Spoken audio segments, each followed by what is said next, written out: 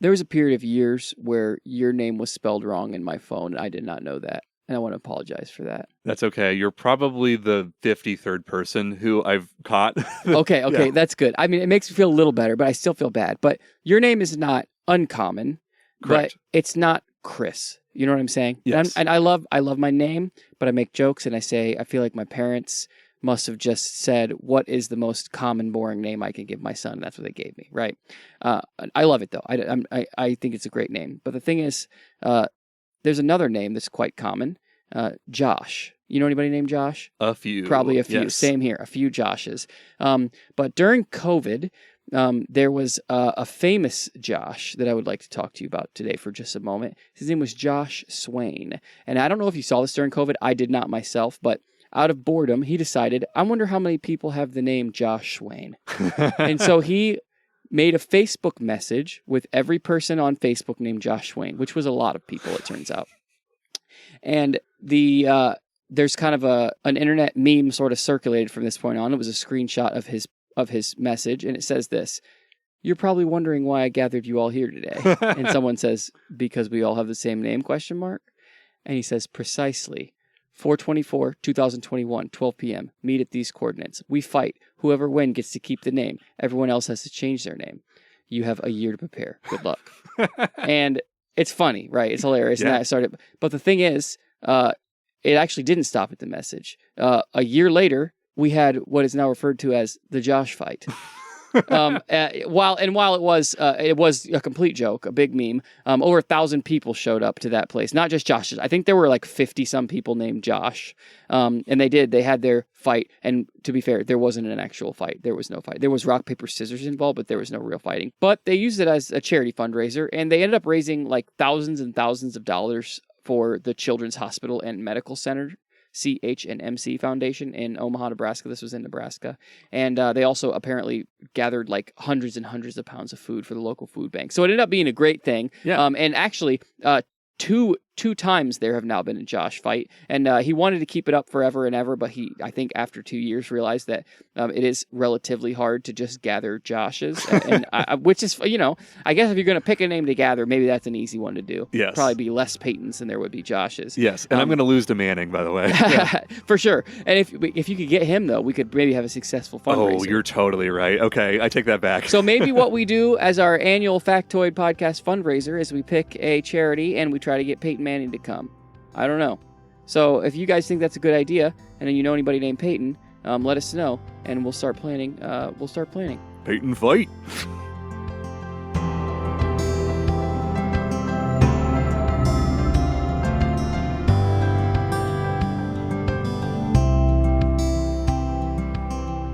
Welcome to the Factoid Podcast. You didn't ask for it, but we're going to tell you about it anyways. My name is Payton Gessel. And I'm Chris Humphreys. Back when I was in college, I had to take a public relations class, and a large part of our grade for the semester was giving a presentation to the class on a topic of our choice. And the idea was that we were pretending as if we had a job in public relations and had to do a speech on something related to our fictional business or whatever. Okay. But there were so few rules on what we did or didn't have to do. And they staggered these presentations over the course of the semester, and basically every time we met for class, 1 or 2 students had to give their presentation to get through all of them throughout the semester. And one day I was hanging out with my friend Nate, and I was hanging out with him about an hour before class started when he realized that today was his presentation day, and he did not have a presentation prepared at all. I can relate to that feeling. Yes, it's a pretty typical college feeling, Yeah. I feel like. So since our professor was known for loving to talk about taking school trips to Turkey and Greece, he decided to pander to him by making his presentation be all about why you should visit Turkey and Greece. So he's pretending to be kind of like a travel agent sort of person, really trying to pitch why you should go and visit there. So Nate goes up in front of the class and gives a speech with very little substance, and the teacher can very clearly tell that he's just winged it. Obviously, because the guy's known for knowing all this stuff about Turkey and Greece. Sure. So he can see right through this. He's like mispronouncing the name of their former currency and stuff. It was like, I could even tell. But the class actually responded very positively to this speech. Nate is known for being a pretty likable guy, and he makes a few jokes, has some funny slides in his presentation, and somehow got the class to care about this presentation when, most of these were typically boring presentations that no one would listen to. Like, this was typically the least interesting part of the class. Okay. And so the fact that he got people to laugh and Right. kind of pay attention was pretty good. So my presentation was maybe a month later, towards the end of the semester, and I was just very inspired by how this whole interaction went down. And I hadn't chosen my topic at the time, so whenever I went up there, I gave my presentation titled A Critical Analysis of Nate's Public Relations Speech. And I broke down in great detail how Nate effectively spoke to his audience in his down-to-earth tone and captured their attention with very little useful information about the subject.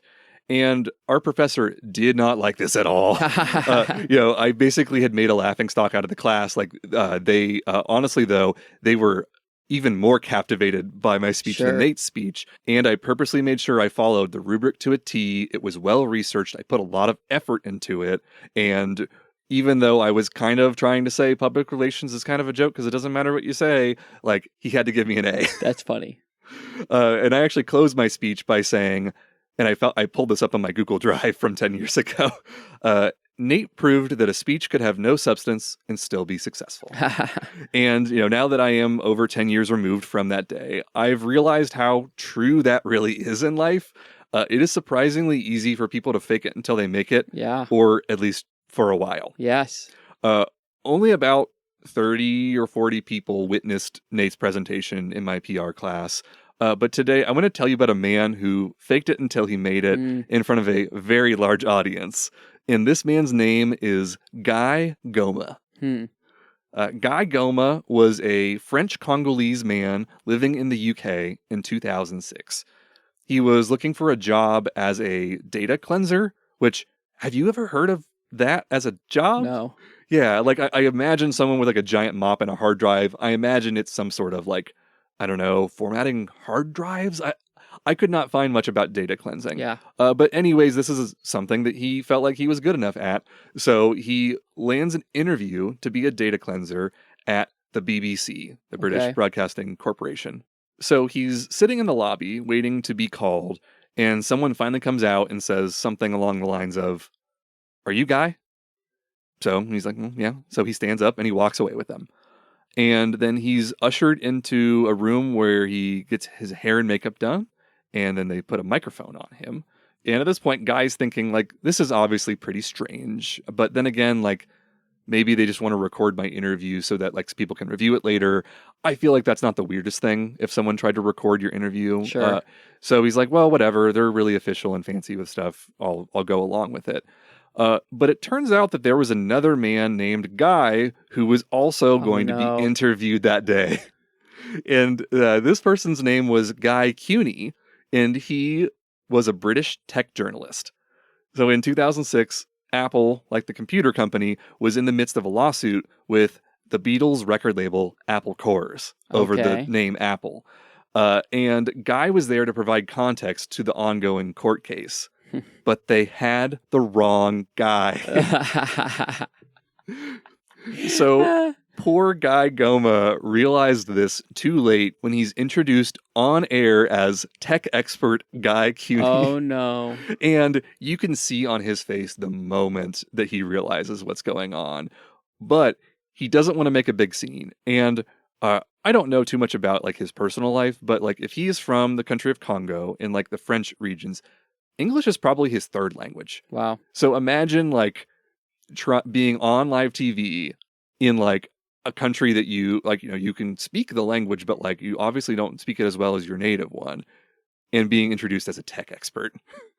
So, yeah, he, instead of saying like, "Oh no, I'm so sorry," and running out of the room, he just goes along with it. So he goes on ahead with the interview, and he does his best to comment on this court case that he knows nothing about. That's hilarious. And I have to imagine that if you watch this live, you would have been able to tell that something was wrong. But like, Guy definitely does not do very well. But this is absolutely an A for effort kind of situation. So eventually the interview ends, and then they go off the air, and he explains the situation to the reporter, who probably also knew something was wrong. And he finally gets to his job interview for the data cleanser position. And that interview lasts 10 minutes, so shorter than his segment on TV. And he does not get the job.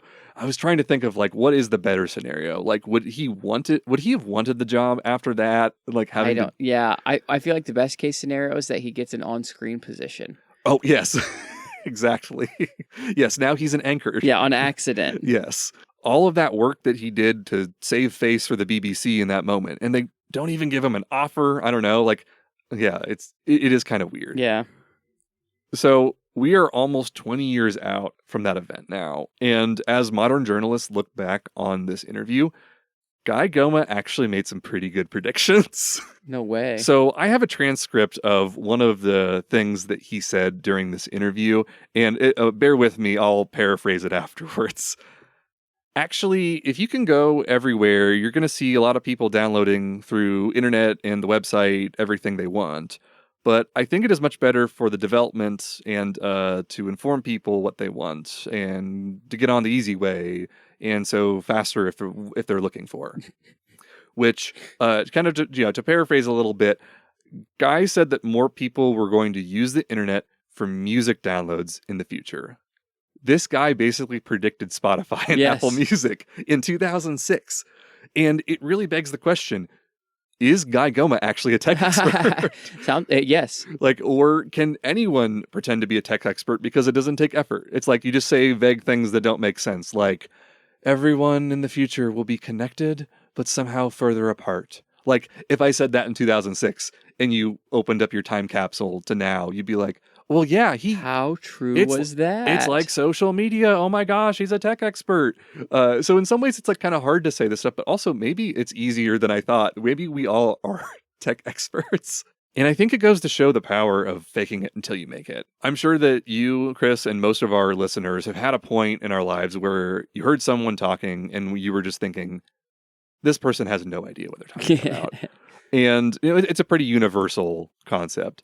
And if you make a habit out of purposely faking it until you make it, I do think people are going to start seeing through your act.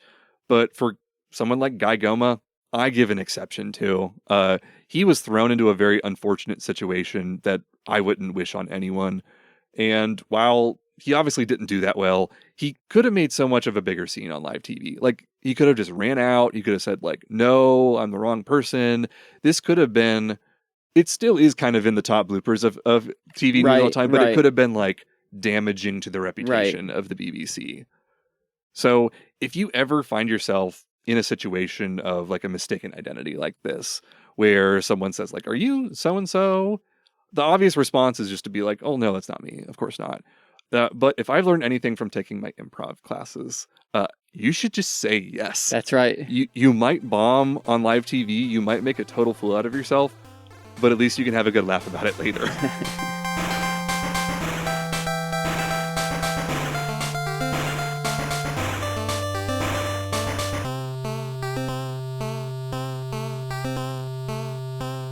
So I never got super into like superhero stuff or superpowers or anything like that when I was a kid. But I often do think, if I had a superpower, if I could do like one thing, what would it be? And there's one that always comes to mind. If I ask you that question, what is yours? Ooh, the one that did come to mind first was invisibility, but I always worry if that one sounds like weird. Right. I know exactly what you're saying. Invisibility does sound very fun. And there's a couple that come to mind. I've always wanted to fly, but that's not the one that has intrigued me the most. Okay. I want to be able to travel through time. Oh, wow. Have you ever wanted to do that? Ooh, I would lean towards no. Really? Yeah. For me, the obvious answer is like, there's a Twilight Zone episode, I think, about a guy who there's like this camera, you take a picture and it shows you like what happens in the future. And he uses it to like bet on horse races and stuff. Oh, right? Sure. Right. But there's always like, can I see what happens in the future, go back into the past and then make a bunch of money? But also, just as I've gotten older and I've started to like read more fiction books. Like I've gotten into sci-fi recently, and there's a lot of like sci-fi stuff about like time travel and all of that. And it's just kind of interesting. There's one book I read recently where these people made a portal to another time and they could like, it's like another they could go back and like mine all this gold and make money off. It's very interesting. Right. But also just like there's one of my favorite books ever. Is 11/22/63 by Stephen King, and it's kind of a time travel novel, but it's somehow so realistic that it doesn't feel like a time travel novel, that's cool. right? And so something about time travel has just kind of been fascinating to me. And I found a guy, it turns out, who really did time travel.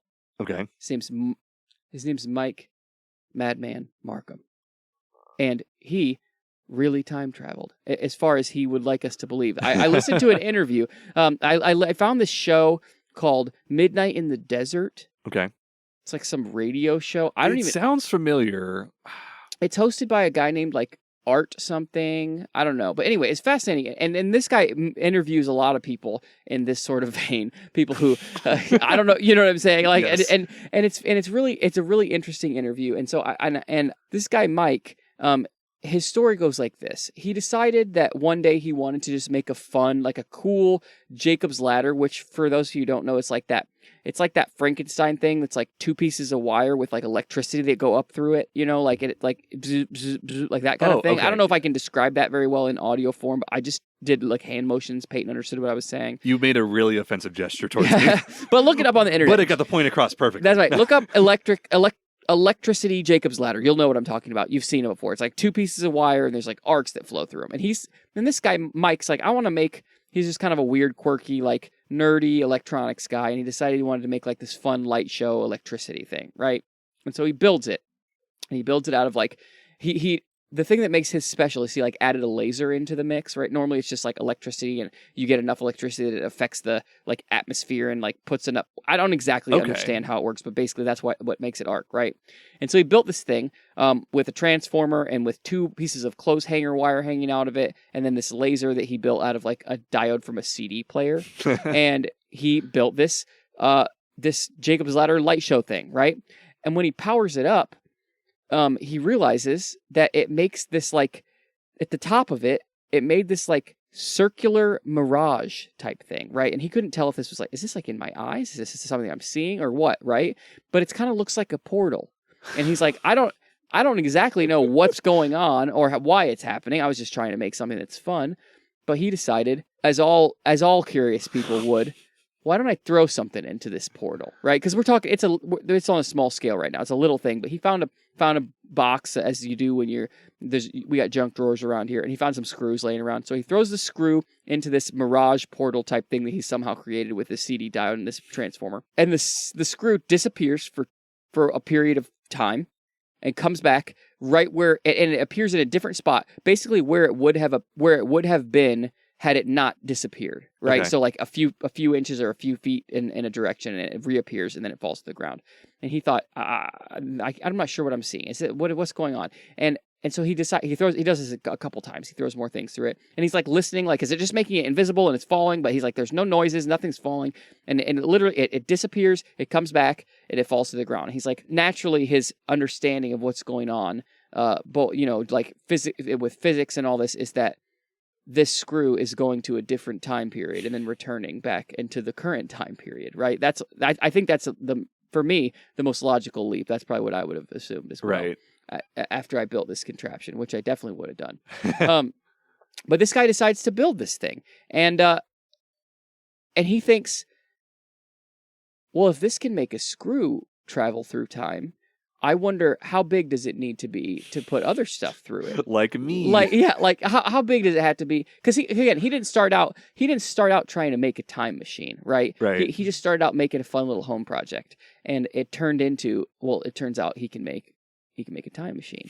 And so he decides, I got to get up some other stuff. He works a relatively normal job. And so he's not a wealthy man by any stretch of the word. He doesn't have a lot of money. And when you're talking equipment, transformers, and electronic equipment that can handle the type of voltage and the type of amperage he needs in order to move something, to make a bigger portal, it's a lot, right? Yeah. And so he gets into a little trouble on accident, right? He sees outside of a utility company, there's these old transformers just sitting outside of a building that have not been used for years, right? They're used with old technology. He decides, I got to get these. And so he calls his buddy from work. He says, hey, I'll pay you $100 if you take your truck with me and help me get these things. And the guy's like, of course I'm going to do that. So Mike, Madman here, him and somehow convinces the guy with the truck to bring a friend, because it turns out these are like 300 to 350 pounds a piece, right? Yeah. And he needs these because they can handle the voltage that he needs to make something bigger. And he does it. They go there, they pick them up, they somehow heave these things into the truck,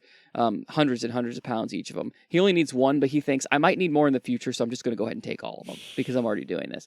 And so he does. He takes them all, puts them in his house, stores them there. He's building a bigger version of this, right? So instead of clothes hanger wire, he's using, like, I think he said 1/2-inch steel wire, and it's going up much higher, much taller, and it's a lot more voltage. And he's got to use the electricity from the power company for this, right? Yeah. And so he does. And he and all this is like, you can find this stuff on the internet. This is a real story. The guy's not the time travel and everything. It's real. Oh, and man. so he creates this thing, and he's like accidentally causing like brownouts in his community because he's drawing so much juice from his like home that he's causing like voltages to drop in people's homes and stuff. It's like causing problems everywhere. Right. He said, like, this is in the 90s, right? I don't know if I ever said that. This is in 1995. And so he's like, I didn't have the internet. If you wanted to find out how to do stuff, you had to like read a book and figure it out, or trial and error. So this is trial and error. I'm learning now that I probably shouldn't be doing this with the power company because it's causing problems. And so he ends up going to prison for stealing these transformers. But what's interesting about that story is he doesn't get caught just because he was a dumb thief. It turns out he must have been an effective thief, stealing something that didn't really matter that much. Right. But his buddy came over to his house and was shooting birds with a BB gun, and he accidentally shot his neighbor's glass door. And so someone called the cops. Hey, someone shot a BB gun in my house. I think it was my neighbor. Cops come over and say, oh, we need to find this BB gun. Oh, wait a minute. There's transformers from a power company sitting in your home. That seems odd. So then he ends up getting felony charge, going to jail for 6 days, and he's on five years probation, right? So it's not the end of the world, but it's not good, right? You got a felony charge on your record, and it's harder to get a job and all this and whatever. But so as time goes on, he can't shake the feeling that he never got to make a bigger version of this thing. And so he decides, if I'm going to go all in, I don't want to just do something I can build in my house. I need something bigger. I need something better. And so he somehow finds a guy who's willing to rent him a warehouse space. And I'm talking like big warehouse, like 40-foot ceilings, huge warehouse. And he says, the guy's like, I'll let you use it. If you pay the power bill, you can do whatever you want. And so he's like, buddy, I'm going to show you everything I'm doing because you're going to want to see. But I appreciate this. And so he goes there and he builds this thing to a massive scale. Like I think he said it started 15 feet off the ground, and at the top of it was like 35 feet in the air. So it's huge, right? And he's mostly doing this by himself? Yeah, he's doing it alone. He's had to get like he's had to tell a few people and try to garner some support, because all this stuff is, even if he like salvages it or creates it or makes it, like he was like winding his own transformers and stuff. Yeah. It's still very expensive. Yeah. And so I think he said there was about 20, 25 people who like donated and helped with it. So they were all kind of involved in the process, but he was the one doing it all. Okay, got so it. It took him 18 months to do this, right? Sure. But he builds the exact same thing, right? He builds this Jacob's ladder type thing with a transformer with the 2 poles, and again, we're talking large pieces of metal at this point.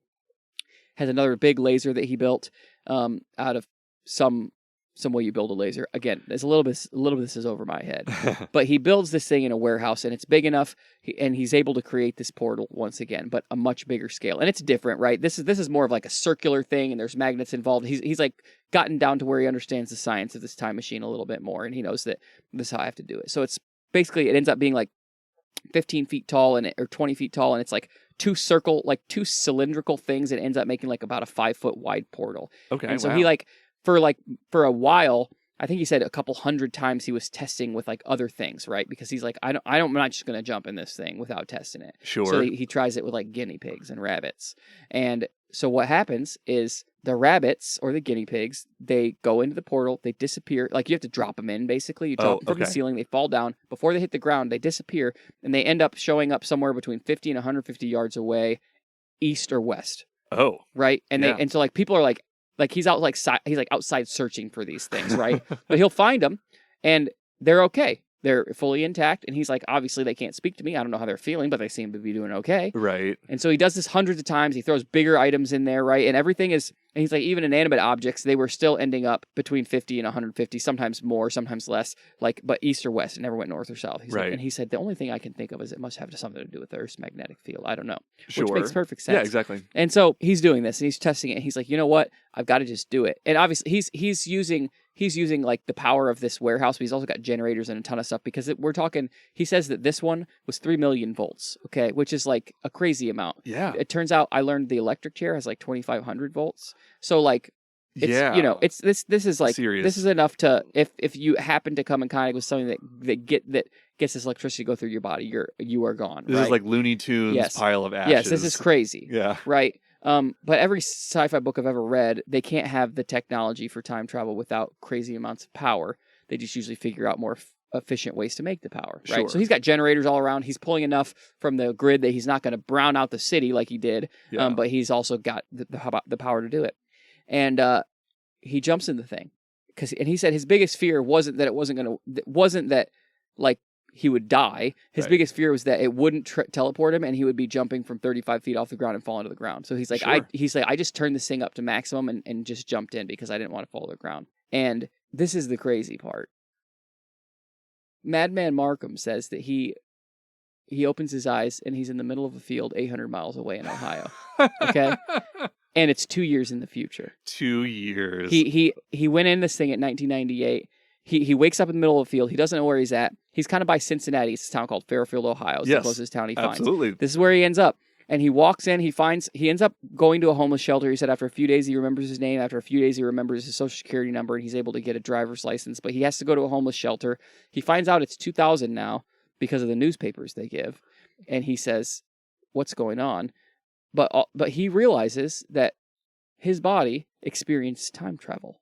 That's what he's saying, right? Right. And what's crazy about this is there's for 2 years on this man's like record of living, right? Social Security Administration, whatever, nothing for 2 years. Oh my gosh. It's like this guy doesn't exist for 2 years. But for his body, it was only like a few minutes that he was gone, right? Right. So he wakes up, he's exactly the same position he was in before. Like someone asked him like, did you need to shave? And he's like, no, I didn't need to shave. It only been a few minutes. You don't need to shave after a few minutes. Right. But the guy has traveled 800 miles, doesn't know how he got there. He said he had full amnesia, didn't remember any of the things that he did while time traveling, but he's certain that he did. He believes that he did fully. But he's assuming just with all the electricity, all the magnetic fields, he just doesn't remember it, right?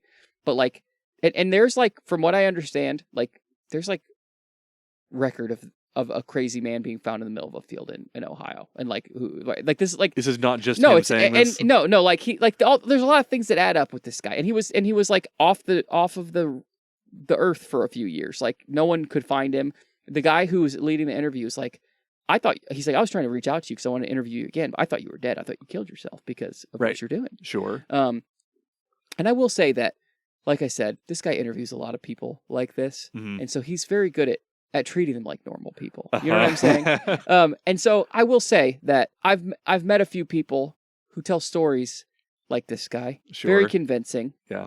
Also very reminiscent of my toddler coming up with stories, right? Yeah. So I'm not saying that he's a liar, okay? I'm not saying that he's making it up at all. I don't want to say that. Maybe I'm crazy, maybe I'm not crazy, but I want to believe that Mike Madman Marcum is telling the truth. I want to believe that someone could have accidentally created a time machine and then somehow figured out how to make it big enough for him to... I want to believe the whole story. Because I think if I've learned anything in life, it's that time is precious. And I'm thankful for people like Marcum who are trying to give us as much time as we can possibly have.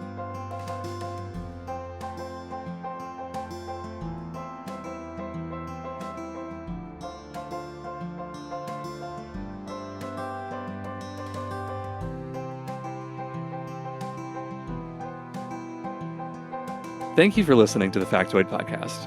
If you have a factoid that you want to share with us, send us an email at whatsyours@factoidpodcast.com. You can find us everywhere you get your podcasts or on our website, factoidpodcast.com. Don't forget to tell your friends. We'll see you in 2 weeks.